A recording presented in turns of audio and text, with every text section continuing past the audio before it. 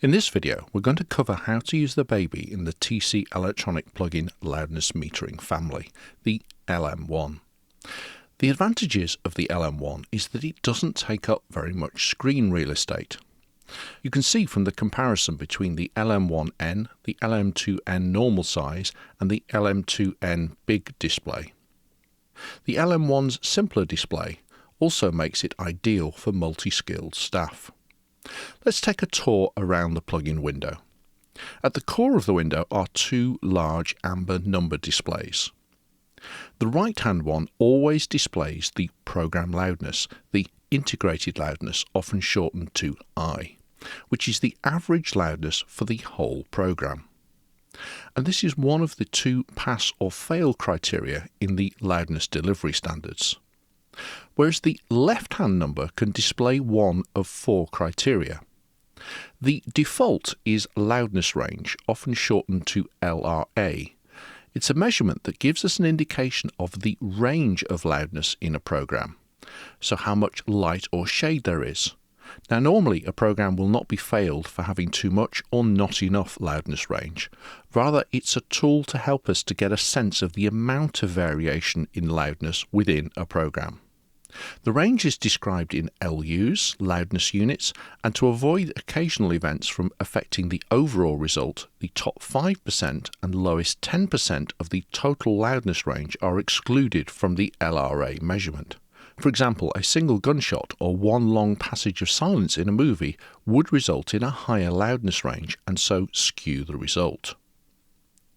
Loudness range is also a useful indicator of potential dynamic reduction processes in a signal chain, perhaps if the program is also going to be delivered on a mobile platform, where it might be necessary to take steps to reduce the loudness range to suit that delivery platform. To give you some sense of the appropriate values for LRA, if you're mixing for high-definition television or digital radio, then the LRA should stay below about 20 LU. For standard definition television, perhaps stay below 12 LU. And for mobile use, or if you know the program you're mixing is going to be listened to on a car radio, then perhaps keep the LRA below 8 LU. Next, we have the maximum short-term and maximum momentary loudness, and these have taken a greater significance when producing short-form content. That's content shorter than 1 minute in duration, like adverts, promos, and trails.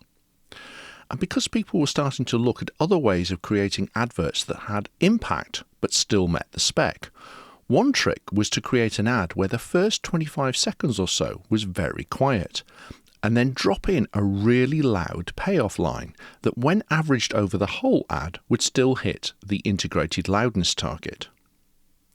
Consequently, in a number of territories, they've added a requirement for the maximum short-term or momentary loudness for any short-form content.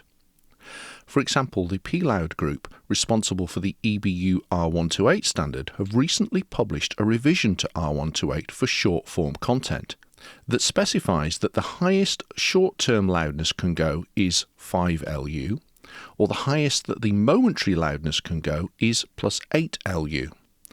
So in the LM1 you can set the left-hand descriptor to display either the maximum momentary or maximum short-term loudness. The last option for the left-hand descriptor is the Sliding Loudness 10 seconds option. Sliding loudness, unlike program loudness, is a continuously updated measurement that doesn't need to be reset. Sliding loudness is especially useful on the LM1n because there isn't a radar display providing a sense of the loudness trends in the program. Therefore, with the LM1n, consider having the sliding loudness on the left-hand display so that with the program loudness on the right-hand display, you can see simultaneous information about the full program side by side with the most recent loudness history. In addition, because the sliding loudness measurement is completely ungated, it can also be used to spot check sections of a program or as a level setting tool. Just above the left-hand descriptor, there's a peak level indicator that will display red when the appropriate maximum true peak level has been reached or exceeded. Just above the Program Loudness descriptor are buttons to pause and reset the integrated loudness measurement, as well as an indicator to display whether the plugin is in play or stop mode. The Reset button clears all the current measurements, and you should use Reset at the beginning of each program so that the integrated value is only made up of measurements for the program that you're currently working on. When you're mixing, the pause control is really useful to put the integrated loudness process into pause so that whilst you're reworking a section of a program, you're not distorting the integrated value. And then once you're happy with a section, you can roll back, disable the pause, and carry on with the program. To the right of the program loudness, there are two coloured arrows, and these help you to bring in the program loudness to meet the appropriate target loudness.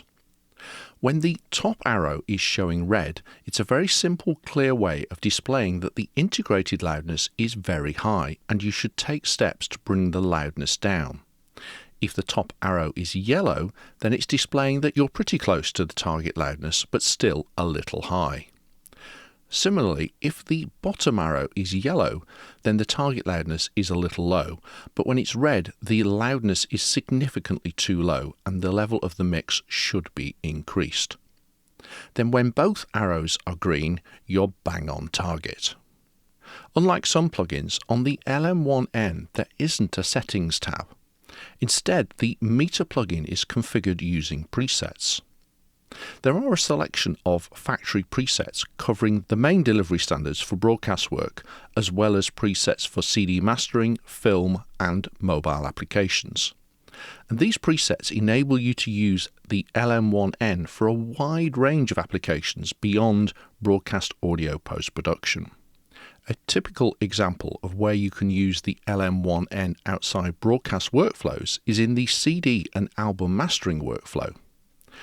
As part of assembling an album, the mastering engineer will define the relative loudness of each track, so that when the album is played as a whole, the consumer doesn't have to adjust their volume control because some tracks are too loud, whilst other tracks are too quiet. Before plugins like the TC Electronic LM1n came along, the mastering engineer would play a segment of one track, then jump to another track and play a segment of that one, and then try and evaluate by ear if one track was louder than the other, but it could be a somewhat hit and miss affair. Now with a loudness meter like the LM1n on the CD master preset, you can run each track through the LM1n and get a quantitative measurement of the loudness of each of these tracks. Now, it's important to use the appropriate preset because the arrows will point you to the correct target. Then it's only a matter of applying the correct amount of gain or attenuation to each track, and you can be confident that each of your tracks in the album will play with the same loudness so that the consumer can enjoy the music rather than having to keep adjusting their volume control. To make this even easier and quicker, it's possible to use the LM1 in a non-real-time mode. For example, here in Pro Tools, you can use the Audio Suite version of the LM1n to analyze the clip in non-real time. Choose the LM1n from the Audio Suite menu, select the clip that you want to check, and click Analyze on the plugin. The LM1n plugin will then analyze the clip very quickly and display the integrated loudness value. You can then use gain or clip gain to increase or decrease the clip by the appropriate amount. So in this case, I'm going to set the preset to CD master, and the recommended target loudness for this mode is -15 LKFS. So you can see that we've analysed the track and it's come out at -19.1 LKFS. Now I can use the clip gain in Pro Tools to increase the gain of the track by 4.1 dBs. Then for confidence I can reanalyze the file to check it's on target, remembering to click on the reset before reanalyzing, otherwise you'll end up with the average of both the processed and unprocessed versions. Then you can move on to the next track and do the same. So analyze, establish the offset, use clip gain, And of course, remember to click on the reset button before reanalyzing to check that everything is okay. Repeat until all the tracks on the album are processed and it's done. That's so much quicker and so much more reliable than spot checking manually. For online work, a target of -16 LKFS is becoming the standard target loudness, and so if you're preparing online or mobile content, then it's well worth using the mobile preset in the LM1n plugin. Don't forget to check the peak light when you reanalyze to make sure that when increasing the gain, the peak level hasn't gone too high so that the audio will distort. This is especially important when preparing content for online and mobile use because the lossy codecs will tend to distort when the audio goes above -3 dB true peak.